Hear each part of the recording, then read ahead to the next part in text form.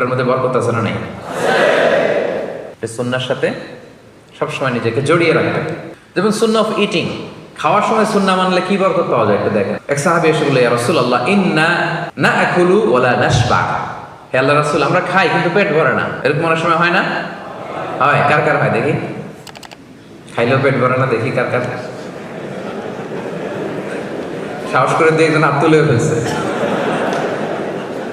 ঠিক আছে, সৎ সাহসের জন্য ধন্যবাদ। হতে পারে যারা কাজ করে বেশি, চিন্তা করে বেশি, ক্ষুধা লাগে।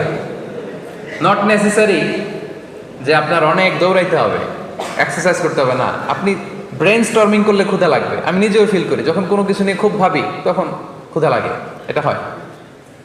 তো এই সাহাবিরা কি চিন্তা করেন, কি সিম্পলিস্টিক লাইফ লিড করতো। মনে যা আসছে নবীরে বলে ফেলছে, এ রাসূলুল্লাহ ইন্না নাআকুলু ওয়ালা নাশবা। রাসূল, আমরা খাই কিন্তু পেট ভরে না। পেট ভরে না কেন?